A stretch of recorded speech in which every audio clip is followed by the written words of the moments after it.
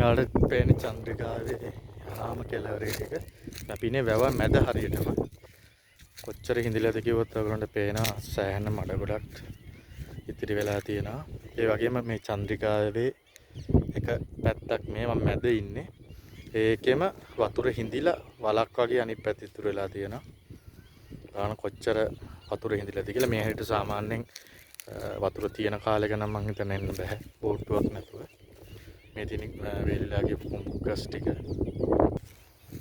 මේ පේන්නේ ඔයගොල්ලන්ට ජල ධාරිතාව බලා ගන්න පුළුවන් කුඹුක් ගහේ මුල් වලින්ම කොයිතරම් වතුර හිඳිලාද කියලා.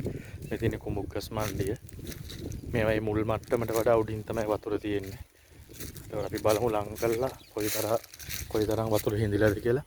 මේ තියෙන්නේ මුල් මට්ටම ගහක. අපි ළඟට ගිහිල්ලා බලමු මුල් මට්ටමත් එක කොච්චර වතුර හිඳිලාද කියලා.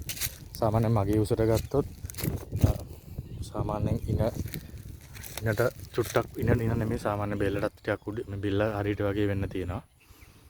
මේ තියෙන ඔක්කොම යටින් ඉඳලා බැලුවොත් ලොකු ප්‍රමාණයක වතුර සිඳී යන ආකාරය. දිගට මෙහෙමයි කුඹුගස් යායක් තියෙන්නේ.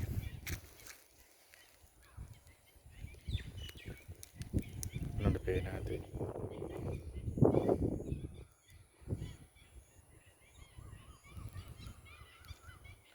දවසින් දිගට සැරිම ලස්සන දර්ශනයක්.